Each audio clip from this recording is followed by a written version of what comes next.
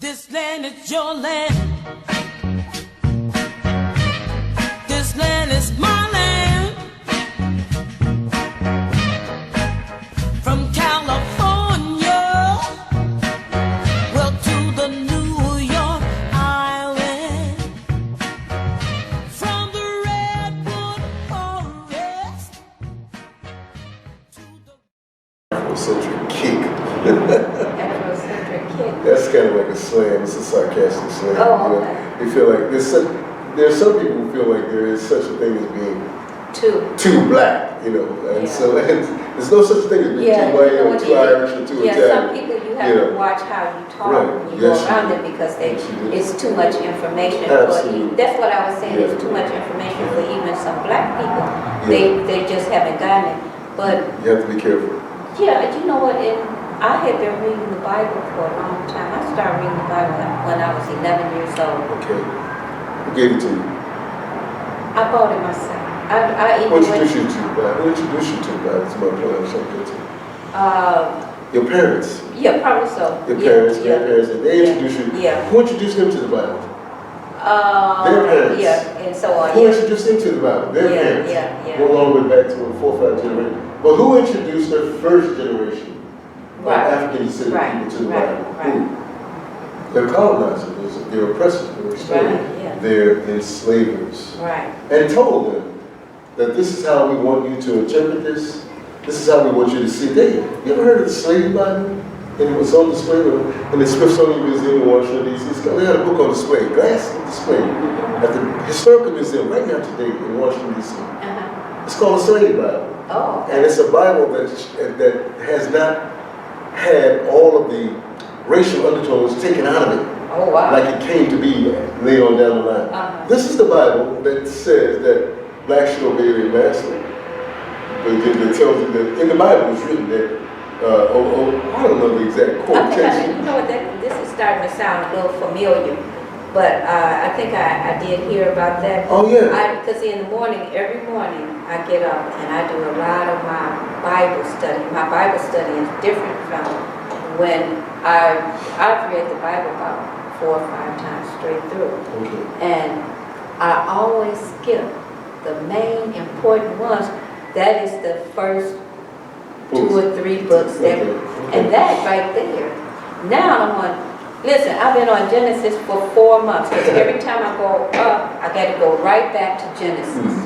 And I'm finding out more and more and more. And see, that's why I say you got to really know where you're coming from because I didn't know. How do you feel about there being missing books from the Bible? Now, hold on. The And missing where are books. The missing books. Let me tell you how tall the Bible actually is.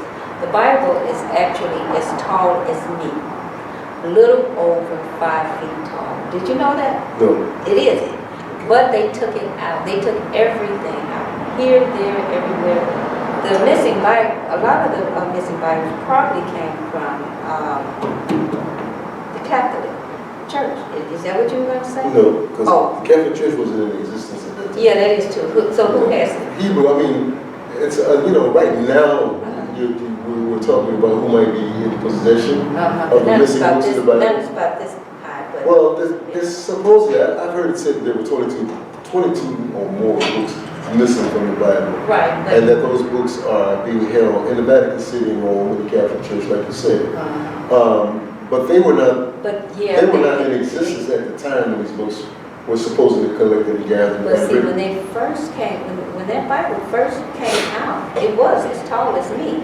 But the Bible had witchcraft in it. It had magic. You know, there was more than one Bible. Yeah, it was. It was more than one Bible. You've heard of the Gutenberg Bible? Yeah, Schoenberg Bible. No. It's different types of Bibles. Yes. But they're all originating themselves from who's the one who actually first they're trying to bring it out. This person did it, that person did it, you know. But this is the thing. At the end, this Bible was so tall and so big that they had to take out a whole bunch of stuff. I mean, they took out everything. Oh, they had herbs, how to heal people. They had all sorts of things going on in this Bible. but it's gone. I read recently the other day where it was said that all of the religious books of the world, all of them, from the Quran, the Torah, to the Bible, all the religious books of the world were not written by God. They were written by man himself, interpreting God. Right. Man's interpretation of what God said or meant. Well, I never thought that they were written by God. If I'm not mistaken, if my Bible memory serves me correctly, wasn't it Moses that went up to the mountain and came back with the tablets that were dictated to him, instructed to him by the Creator himself? Supposedly, I mean, yeah. Right, I know what you're saying, but maybe, I don't know, maybe, you know what, listen, I have no authority on here, I'm not nobody who knows all this stuff. But you sound like you're about to become an evangelist. You could be a pretty good evangelist. No, I'm not trying to become anything. The only thing I'm trying to become is, I've always had a relationship with God. Yes. And the religions, I really can't, get into. So you're more of a spiritualistic kind of person, right. Spiritual, right? I understand that. As a matter of fact, that's how I basically identify myself along spiritual lines. Religion in and of itself is kind of an organized order, like an army or military, which gives you certain kind of dictates. It tells you how you should think about, how you should feel, and it kind of suppresses your religious freedom to a certain extent. Whereas spirituality kind of like gives you an open hand, where you can kind of develop on your own, develop openly, without anybody telling you that you're supposed to feel this way or that way, or react or have this reaction to this, that, and the other, according to scripture or a certain and I've been around some people who want to pretend that they are, and I say it, pretend that they know so much about the Bible and they got to go through all of this. Look at this. Let me tell you what your problem is. In chapter such and such and verse such and such and such and such. And then let me tell you that. In chapter such and such and verse such and such and such. Listen, you are not going to go to heaven if you memorize this stuff in the Bible, because you know this and you're going to fly it out your mouth real fast, repeating it to other people. It means nothing. It means nothing at all, because this is the way I am. When I read the Bible, my thing is to understand what the stories are saying to me. That is what I need to know. Just like when I went to school for medical. When I went to school for medical, I needed to know how everything was designed and what it was designed. But I can't tell you, well, I learned this about this particular disease. It was in such and such a book, chapter such and such, on the third paragraph. You don't want to hear all that. And why should I try to memorize that? What is the point of all that? Yes. This is what I'm trying to tell some people. Stop it. You're trying to be impressive and trying to teach people, trying to make people think that you are so much worthy of, you're so closer to God, but actually you've pulled yourself more away. They don't even understand this. Because all they're trying to do is trying to pretend they know so much. You have to develop what God is saying to you in your heart. And people just not understand that when they talk to you. And then I've never met a person who could tell me something out of the Bible, and then I said, where does it say this? Right here. I said, but what is leading up to that chapter and that verse? Because that's probably has nothing to do with what you're talking about anyway. Right. Want to know the context of certain things. And then they were like, and then they start reading. Well, it says here. I said, but that has nothing to do with what we're talking about. So were you always like this? I mean, do people get to a certain point in their lives, especially as they get down the road a piece? Were you always as interested, always as curious, always as... And I've always been curious about everything. I've always read up about everything, and I was kind of smart in school. And so anything a person tells me, I feel like I could do it myself. I've always been like that. Ever since I was like in second grade, radio breaks, and my mother wanted to get a new one. I think I can fix it. You know, I'd be in the floor down there just fix. And generally, I would fix it. You know, this is the type of person that I am. I don't believe in spending money unless I really cannot do it myself. That's the way I am. Yeah. If I can't do it myself, because what makes you higher than me? Do you know that you're rare? Not everybody's like you, especially women. Not everybody has your talents. You're really rare. Listen, I taught myself electricity. I know how to do electrical things, plumbing things. I know a little bit. I'm not a little bit of everything, because I feel like even if I don't do it, and I might have to hire you to do it for me, I want to know what we're talking about. What are we talking about here? Right. Now, does that mean that the such is going to go here or there? So how much are we going to have to pay for this? Or don't it cost about? See, this conversation got to be two ways. I can't just be sitting up there like, huh? Yeah. If I'm sitting up there saying, huh? Yeah. Then I have to say, let me get back to you on this, because I need to understand what you're talking about. And then if I find out that what you're talking about is something that I can do, because I need to understand why I can't do it and you can do it. Now, there might be a real big reason for that. Maybe all your college education towards that department, I don't have that ability. So I need to know this first. I need to know it first. But that's the way I've always been like that. Sometimes, like you say, sometimes you gotta be kind of quiet about it. Yeah, right. Absolutely. The people like, oh, little know-it-all. Then you gotta act dumb. Just to make other people comfortable. Yeah. What? Yeah. How does that work? So you gotta be real quiet, because people are like, oh, she's just a little old know-it-all. She don't know nothing. So, are you still at KNT? You still actively over at KNT? Oh yeah, I never missed a month. You still doing your production? Yes. Oh, yes, I didn't know that. Even during the pandemic? Yeah. Oh. Well, during the pandemic, what I was doing is I have people send me in videos. I still have them doing that. Send the videos in to me, and then I'll send it on to KNTV. Have you been editing yourself? Editing yourself? Yeah. So we did a show together a long time ago. How many years ago was that? You mean the one that we did? Yeah. 3 or 4 years ago. I still have it. That was 3 or 4 years ago? 3 or 4 years. It was like 5 years ago. It may have been 5 years ago. Yeah. You know what? It may have been 5 years ago, now that I think about it. Because I had added a musical track to that. Remember the musical track? I added an instrumental version of Backstabbers. Oh, To it. And when the show went off, because I had told our producer at that time to play that Backstabbers track in the beginning. Oh, okay. He messed it up and he didn't do it, but he played it on the back end when the show was going on. Oh. And it sounded so good. So it's Backstabbers. Instrumental without the singing, without the vocals and whatnot.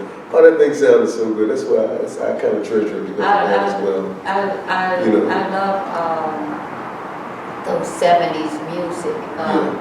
Did they let you do you have to get permission for them? Yeah. I'm very cautious about that. You get permission to use Backstab? No, well, the thing is this, about the use of music. It's called licensing. Right. And the catch to it, the catch-22 to it all is that if you're doing something for entertainment purposes or community, civic purposes or whatnot, it's not as guarded, it's not as, as long as you don't use it for making money. As long as you're not using it for commercial purposes. You can do what you want with the material or whatever. I think they call it, not general use, public use, open. I had a guy that used to know all those particular copyright terms. Because there's so many really nice songs I would love to use on my show, but your show is not the commercial. It's not designed for profit, is it? Then you can use it. You have open reign, free reign. It's a legal term that allows you public domain, number one, and there's something else that allows you to use this material as long as it's not being used for commercial purposes, designed for profit purposes. Okay. You're not trying to sell the music, you're not trying to sell the program, book that music on it. Right. Oh, okay. And Yeah. if you're willing to... Because that's what I don't do. I don't sell people Right, products. and if you're willing to openly admit at some point that you don't have the rights to the music, that kind of clears you, that exonerates you, that absolves you from any kind of responsibility of blame. If you make it known at the onset or at some point that I don't have the rights to this music, so this is not my music, that's it. That's all you need to do. So you can use a lot of material. Well, see, I can understand that with YouTube or something, Yeah. but when you're talking about television, that's a whole crazy but thing. we're talking about copyright infringement. All of that comes under the umbrella of copyright infringement. And so, because I sued some people in court about one of my stage plays once, Oh, wow. I had to study copyright. So people went and got a copywriting on my stage play. And the only thing they changed about the play was my name as the author and creator of it. Oh. And so How did you know, first of all? well, I wrote a play. First of all, I wrote a play called Confessions of a Deadbeat Dad. Okay. And it wasn't about any one particular person or whatever. It was about the circumstances, the negative circumstances that go into the creation, the making of a so-called deadbeat dad. And they weren't always what people thought.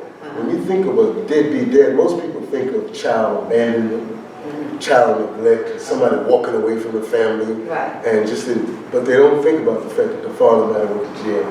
The father might have been a drug addict. Right. The father might have been handicapped. The woman may have been unfaithful. She may have been disloyal. They don't think about all these circumstances that go into the creation of a deadbeat, so-called deadbeat dad. That's Right, what it is. so-called. Yeah, and plus there's some deadbeat moms too, by the way. Oh, yeah, I know. I'm And familiar. so that was the general premise of my stage play.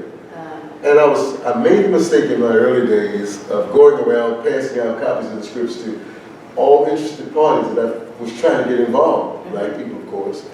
And somebody took the script and went and did it on their own in Detroit. Oh. And didn't change the title, didn't change it. All they changed was the author, which was made themselves the author. Oh, okay. And so I found out about it because when I finally got some people interested in the work in Grand Rapids, Michigan, some kind of way they did a reference check, a back check, and said, man, this play went on in Detroit last year. Oh. I said, no, it didn't. Oh. This play went on in Detroit last year at a major theater.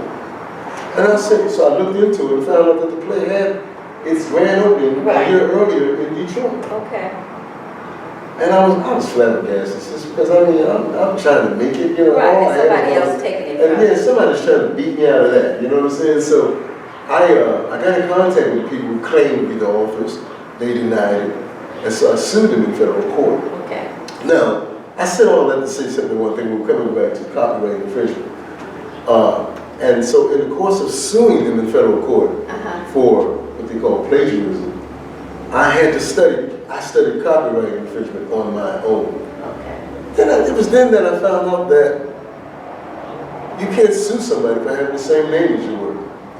If they got the same name, you know, like The Matrix or The Avengers or something like that. Okay, no, you can't sue that. You can't sue a title. Okay, I can see that. You cannot sue, and you cannot sue a title, number one, and number two, you cannot sue a subject matter. Because I'm talking about deadbeat dads, I can't restrict someone else from talking about deadbeat dads. Okay, yeah, I'm And so, learning. yeah, I'm telling you this so that we can pass this knowledge on. Right. You know? So you can't sue someone just because they're talking about deadbeat dads or yellow balloons or whatever. You can't sue them because that is the same as what we're talking about. So I sued them in federal court. And because I really didn't have the financial resources to really get the best attorneys that I could, I ended up getting a cease and desist order in federal court, which meant that the people who had this play set up and designed to be taken on the road, on tour. Oh, okay. So they're going to make some money. They were serious about it, right? Yeah. About my work. Okay? And so when I found the order against them in federal court, excuse me, what it ended up being was that they were given a cease and desist order that they couldn't go any further with this particular production under that name. Oh. They can go through with the production, but they had to change the title. Okay. Because it was the same exact title as mine. And the funny thing about it is that I had a copyright on my work 3 years before they did this. But they were still given a copyright. Were you able to bring that up in court? Well, you know, because I was filing on a limited basis, in other words, I had small time lawyers. I didn't have the big boys, you know, the corporate lawyers and whatnot, copyright. They didn't want to make, I felt that I had a legal issue or claim against the Library of Congress who had given out the copyright. Okay. My argument was, I tried to explain it to them, how are you going to give them a copyright? And I had a copyright 3 years earlier on the same work. Oh, right. And they came and filed for copyright on the same work, didn't change the title or nothing, and you would give up. What about the cross-referencing? What's the purpose of me having a copyright? Right. If I'm not protected, you know? Right. And so they said, well... They said copyright. Okay. So that's what happened with the copyright issue. And all I got out of that was a cease and desist order, which kind of like halted my progress at that particular time because I had some people interested in the work. I was in talks with the Goodman Theater downtown about this same particular work. I had a director down there who expressed an interest in it. But when all this stuff came up in court and these people claimed that they were the authors and all that, it was like, well, what the hell? And you had proof that you hit it out even longer than... Yeah, I had proof, but you know, but it muddled the picture. I'm still going to produce that work. I'm still going to get that work out of it because I think it's a dynamic piece. I had created my own music soundtrack. Oh, wow. Oh, it was a dynamic Did piece. they use your music? They didn't use it, but I still have all of that. And it's like they say, it's in the can. In other words, it's on the shelf. You know, so as soon as I get an opportunity to present some of my Yeah, I'm sorry to hear that, but you did more. You authored more books, haven't you? Well, yeah, I was featured in several books, and I have several stage plays right now that I'm trying to bring into development, along with the channel, along with my internet radio work, you know, because I do jazz and all these other stuff on the internet radio station and that, you know. So just trying to, I'm up at bat, I'm just trying to get a hit. I know, hey, look, we all out here trying to... I'm swinging, you know. We're trying to do, all of us trying to become famous in one way or another. Yeah, I'm swinging. Somebody out there, please help me become a celebrity, a celebrity with making some money. Absolutely. Absolutely. And I'll be like Joe, what you do for me, I'll do to others. You know, what you give to me, I'll give to others. That's one of my things that go in my prayers. So we all just trying to make it out here. And this is the opportunity. I try to tell everybody, this is the opportunity. Hang on in there with me. It's the opportunity. Well, so I want to thank you for being on my show, and I really enjoyed it. And anything. My pleasure. Yeah, it was a nice show, and I'll let you know when everything is gonna be airing on our Can TV. Oh, this is gonna be on Can TV? Yeah, this Can TV. Oh. They're gonna love it. They're gonna trust me. They're gonna love it. They are gonna. When they see to their own fellow Right, they're gonna be Can like, TV what producers and the? whatnot. Yeah. What were they doing? Both of them were producers and whatnot. What were they doing that day? What were they thinking about that day? Like, let's do a show on each other. My turn. Yeah, so that's everybody always asks to do a show on me, but I don't think I've paid anybody to do a show. Well, I've been on everybody's show. Yeah. Everybody that of interest that I welcome, you know. Oh, okay. I've been on a lot of other shows and whatnot. For Can TV? For Can TV. What? And you know, I did the one show where I covered, I don't know if you ever saw that, I covered the creator of the African Heritage Festival in DuSable Park every year. Oh. He created that he's been the creator of that particular huge festival. Only one like it in the country, in the United States. Into other open markets, namely the continent of Africa. I want this to be an exchange between African students there on the continent and young students here. I want them to get to know each other. Right. I want them, because right now the average... It's a very big gap between... It's a big divide, and most of our young people today in the school systems, they don't know anything about Africa, other than the stereotypical impression that they've been given by the dominant culture. That's all they basically know. And all of that is a lie. So. Right, so this is all about unlearning. Yeah. This is all about re-educating. Are you familiar with the 1619 Project? No, Or the 1776 project? no. All of that's going on right now today. It's a big deal, sis. Oh, you better tell me all about that, because, oh my goodness. Well, the 1619 Project is a program that was put together by a black woman who worked for the New York Times, I believe it was. She's a reporter, star reporter. Okay. And she gathered a lot of historical materials and historical relevant materials from the past and present all the way up to now. She put them together, compiled them into a package, and it's called the 1619 Project. Excuse me. The other part of that, I'm recovering from a cold, slow recovery from a cold, so part of my intimate Just drink some water whenever you feel like it. Okay. This is a loose, this is not a real formal type show. Right. But so anyway, the 1619 Project has to do with the program that this woman put together, and she wants this African-centered program presented in all of the school systems across this country. And a lot of these school systems are white. Oh, okay, right. And they are up in the air about it because a lot of liberal white people with a good understanding, a lot of them see the importance of having the real true history of this country exposed to their children and whatnot. But now there's an opposing part saying that that history is too gruesome. They don't want their children coming up learning about the gruesome, brutal effects of slavery, enslavement, and how brutal But they it need really to know was. reality. But they're trying to suppress it. They're saying that, the people who are countering the 1619 Project are saying that focus should be more on our positive side, the patriotic side, Right. more so than the gruesome historical side of which this country was predicated and founded upon. But I think they need to know because, you know, everybody, even black people, don't know. Right. And they need to know all the things that black people have gone through. You need to know who you are, first of all. They don't even know that.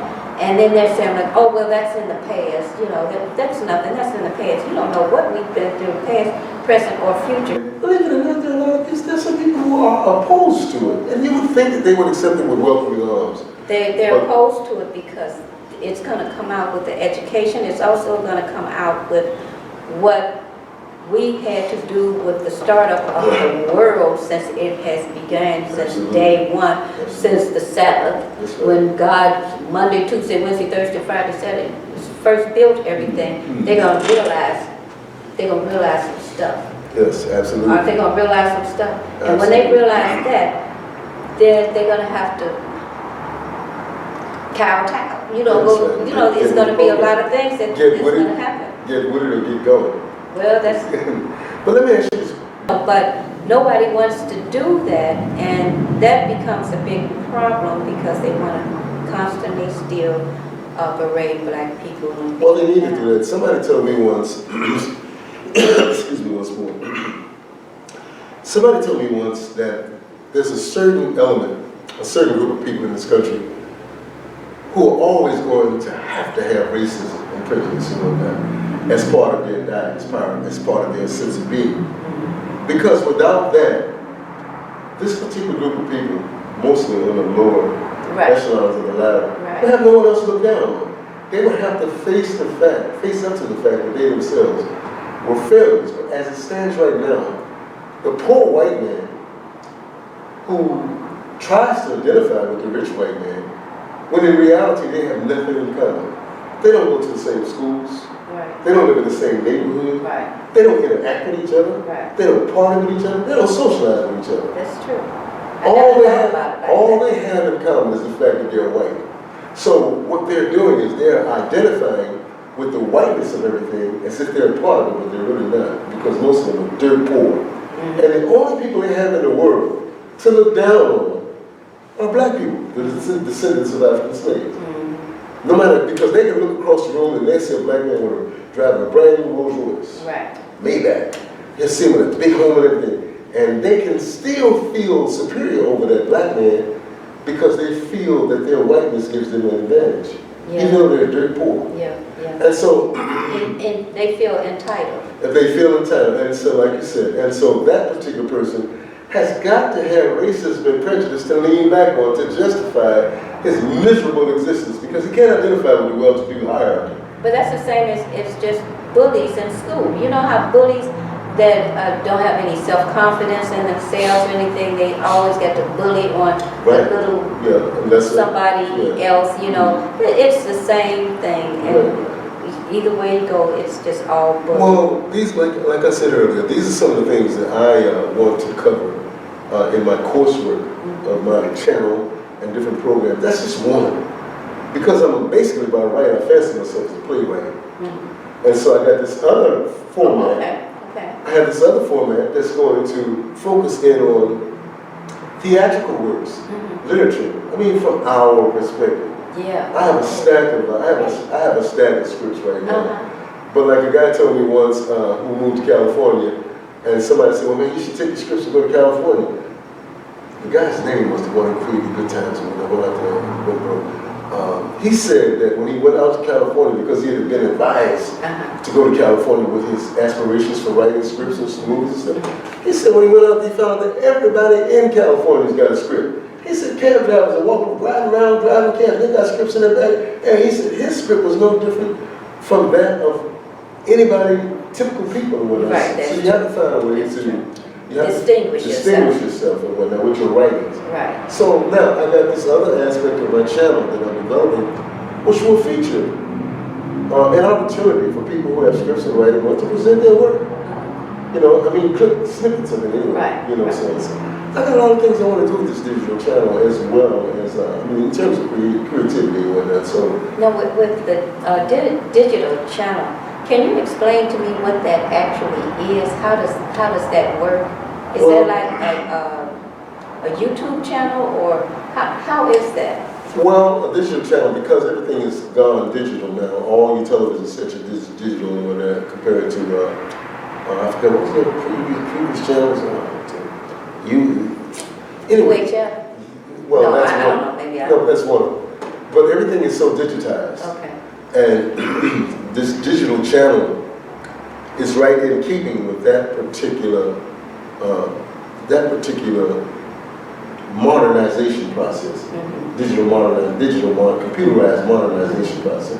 So, and it allows, because when I was coming up, there was only 4 channels on television, 4 or 5, channel 7, 2, 3, 4, 5, across the country. Okay. They went off at a certain time of night, you know what I'm saying? 5, 7, 9. Yeah, well, 32. and then they modernized as time went on, and now you got thousands of stations.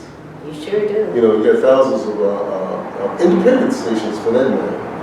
And the digitalization process gives a person a chance to present their programs individually from their particular perspective and point of view. No longer do you have to go to channel 7 or channel 5 with an idea, with a concept for a program. Now, if you got a concept for a program and you don't want to pitch it to them, you have other options. You got Netflix, you got Roku, and Amazon. And Amazon and Roku and all these people have opened the gates so that the average layperson can create a network and present whatever he wants to present on their network. Without somebody else's permission or waiting no for one else is called, and they call it content. Okay, it's called content. So right now, I'm in the process of developing content for my digital station. And it's kind of a rough job because it's just me against the world right now. That's how it is. I'm against the world too, just little old me. Yeah. We all against the world, but see, this is the good thing, that God brought us all together, and we are here to help each other and doing some things. Absolutely, absolutely. Each one teach one. You know? And I also wanted you to tell me about your children's books. The children's books are all designed to. There's no other books like mine in existence. Oh, okay. They're all designed. I wish you would have bought a book. I started to bring my display. Oh, wow. And my website is well, you want to come back and redo this? Yeah, my website is under design. It's under development right now, which normally would have displayed. But all of my children's works are designed to raise, uplift, and raise the consciousness of young African descendant children. No one else is concentrating on that. I mean, there's a million so-called children's books out now. Some of them supposedly black children's books or whatever, but they talk about a lot of abstract things. Bunny rabbits, Easter eggs, and, flies, but none of them tackle or are willing, have the gall to want to deal with some of the issues that a young black child encounters or faces as he's growing up. You know? But they should do the very same thing, because I keep telling people that the children are our future. You know, we know that they're our future. But it's not just the black kids, it's the white kids, it's the Asian kids. All these children need to be brought up one particular type of way. And that is where they have to learn how to respect each other, no matter who you are, and to be able to accept each other. And people, if you could do that and build a confidence in, especially in white kids or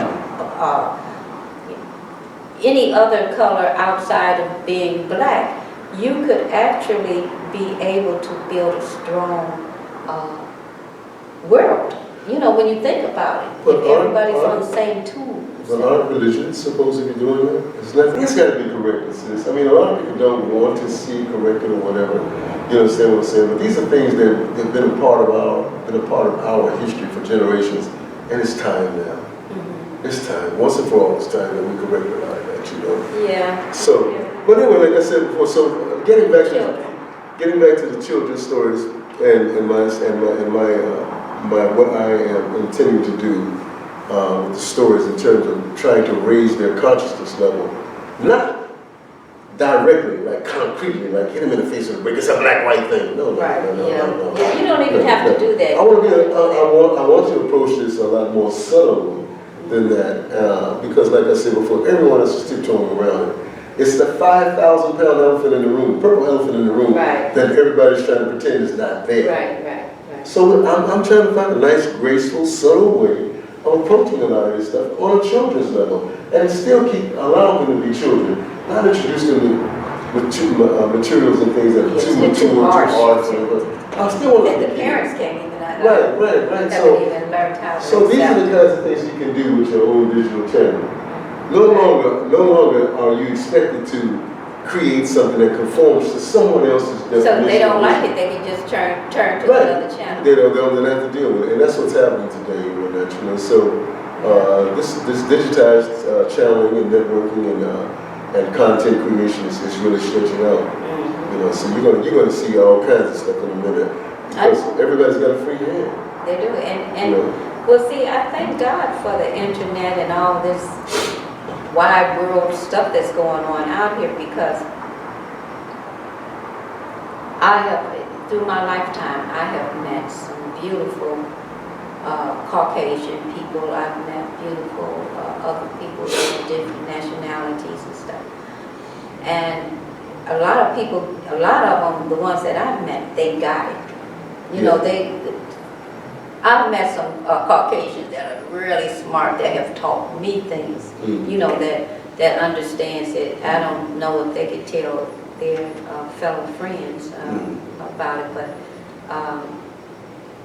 if only everybody could have friends like what I have, then that would be so great.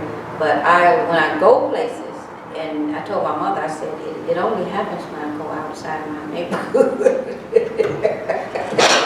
So, you know what I was telling you about. Yeah. It only happens when I go outside my neighborhood, and it's something else. Has it taken any kind of a toll on you and coming up like that and having to deal with a lot of those particular types of awkward situations and whatnot, and going up to the point that you are now? Has it taken any kind of a toll on you to a certain extent, a certain emotional or psychological toll to an extent? I just have the opportunity to get on here and tell you guys, you need to stop doing that. Stop approaching people and bullying them and talking down to them, because you don't know what if it did. So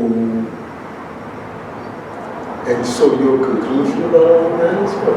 My conclusion is that I have the opportunity to bring it up out here because I'm on television, and maybe somebody, if you like me, maybe you can tell your little white friends, and your little white friends can tell their mama and sister, and you know what she said, and we've always liked little Markie, you know, and look what little Markie been going through. We didn't know that.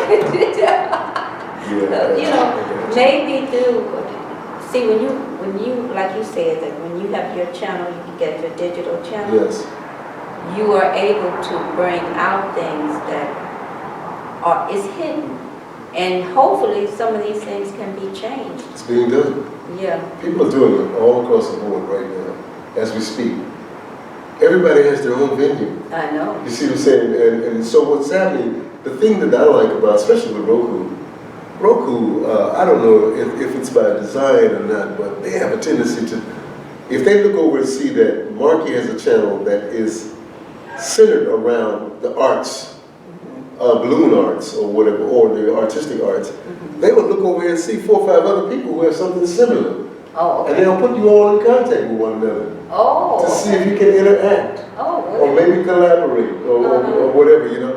And I like that part about it because by me being on what some people would call he created that something like 35, 40 years ago. Wow. I had to sit down and talk with he and I, Patrick Woodtor. Okay. And just like you and I talk. And we sat down and we talked for a nice long time. And I got a chance to say some things to him that might have got under his skin a little bit. Because he had this habit of referring to those of us in this country. He kept referring to us as Black Americans. And so I said, are you calling us Black Americans because you have a problem calling us or identifying us with Africans? He said, no, I call everybody Black American. I said, you don't call Nigerians Black Americans. You don't call people from Senegal, Mali, and Ghana, you don't call them Black Americans. I said, yeah. I said, you really have to sit down. He's looking at me like, well, you know, and I said, you really have to sit down and understand what you're saying. First of all, you're calling me black, which is a color. Calling me black basically describes my physical appearance. Right. It does not associate or identify me with any nationalistic ethnic background. In other words, Chinese are from China. You know, Japanese are from Japan. Right. When you call me black, you're not associating me with any particular country of origin. Okay. There's no country in Africa called Black Land or Blackville. Right. So you call me black, all you're doing, you're identifying my physical color. Right. And then you call me an American, a Black American. We were not even considered Americans in this country, even though we were here, until the 13th and 14th Amendment in 1885. If we were not Americans up until that point, what were we? Nobody wants to call us African. Nobody wants to identify us as what we were. We were African people. And so the 13th Amendment came and said, whether I wanted to or not, it made everybody, and declared all of us citizens of the United States. Whether I wanted to or not. No one ever asked my grandmother or my father whether we wanted to be American citizens or whatever we were born here in slavery. No one ever asked me. So I didn't have this. Anyway, there was this kind of conversation that went on between me and the director of the Heritage Festival. And they play it all the time over there. So how often do they have the show? People have walked up to me in the streets. I saw you. I said, I know you. You know, I was like, oh man, I didn't know it was that. And they've been rerunning it and whatnot. And I've got to get back over there and talk to that brother and let him know how that turned out, how it went, you know. Oh, that is so nice. And even update it and whatnot. So I got some works over there, you know. And I want to bring up that stuff to my channel too as well. As content. Yeah, that's. So you've been really busy, haven't you? Sis, yeah, to answer the question, yes, I've been busy and I'm still busy. And I got a lot of stuff that I really wanted to. I mean, I got a bigger fish to fry, and even what I've done so far. You know, so I'm still at it. And, oh man, I just want to stretch out. Yeah, that's what we all trying to And I hope that's one day somebody will look at this tape right here that we're doing right now. I hope that one day somebody will look at this and say, you know what, he said back there then, those were his plans, his intentions, and this is what he was trying to do. Damn, he didn't do it. Listen, he said that. It's a possibility that anything and everything can happen. Whatever you want to happen, all you have to do is visualize it. That's right. That's all you have to do. Just sit down and visualize it, and it will come to pass. Absolutely. And say it, put it out there. But if you don't do it, somebody else gonna catch it. So I hope that anyone watching or viewing this particular interaction between us, I hope that I have said some things that may be somewhat informative, pertinent. I like That's my goal. I always like that. Okay, well, I'm hoping that in this particular instance, in this case, that we both accomplished that goal. But you know what? Let me say this to you. Sure. I can tell you've been doing a lot of videos. You know why? Why? Because you sit there. Normally, I have to tell people that when you speak, you know, say what you have to say to the camera. Because you know how to say. You'll look at me, and then you start talking to the camera. I'm like, okay, now he's a real professional here. It's all right. You're doing good. I've enjoyed your company. I've enjoyed being here. I've enjoyed our being able to have a discussion over there, and a lot of things that we got. I learned some things about you. I didn't know. But yeah, that I'm crazy. Yeah, I'm a little bit off my rocker. I got you. So a little bit too much education. So when you air this one on KNTV, I just want people to know that we're fellow producers at the station and whatnot, and these are some of the things that we do. And I love KNTV. I really do. I always say that because they always have been there for me. KNTV is going to go open for me too as well. I have to admit that. So, I don't want to sound too much like I'm Apple publishing here or I know. kissing up or whatever. But I can go on and on. Leslie, I love you. Terrence, I love you. Fraser, I love you. I could just go on and Eric, everybody. Yeah. But we do. Hey, so many years have gone by too. So we're going to close up now, and let's thank Mikal. You know. Let me say it for you. Say you joke. Okay. Mikal. Mikal. Ngumbi. Okay. This land is your land.